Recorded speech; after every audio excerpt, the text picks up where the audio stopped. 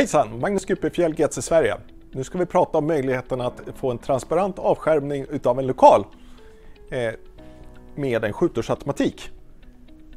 Bakom mig här har vi en skjutdörrsautomatik av modellen GC Slimdrive SLNT, endast 7 cm hög, med helglasbeslag som kallas GGS och i botten väldigt slimmade profiler.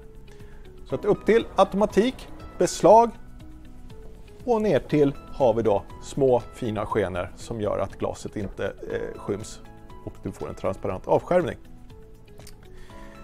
Automatiken har även en sensor som gör att den öppnar. Vill man ha en annan typ av aktivering så måste ändå sensor finnas för att inte klämmas i dörren, så det är en stängsäkerhet också. Så sensor sitter där för personsäkerhet. Det finns även sensorer i bakkant om risk att klämma sig mot annat föremål finns.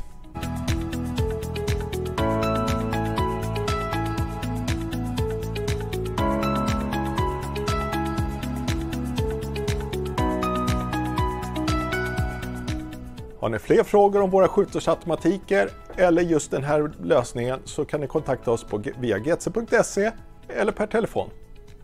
Tack så mycket.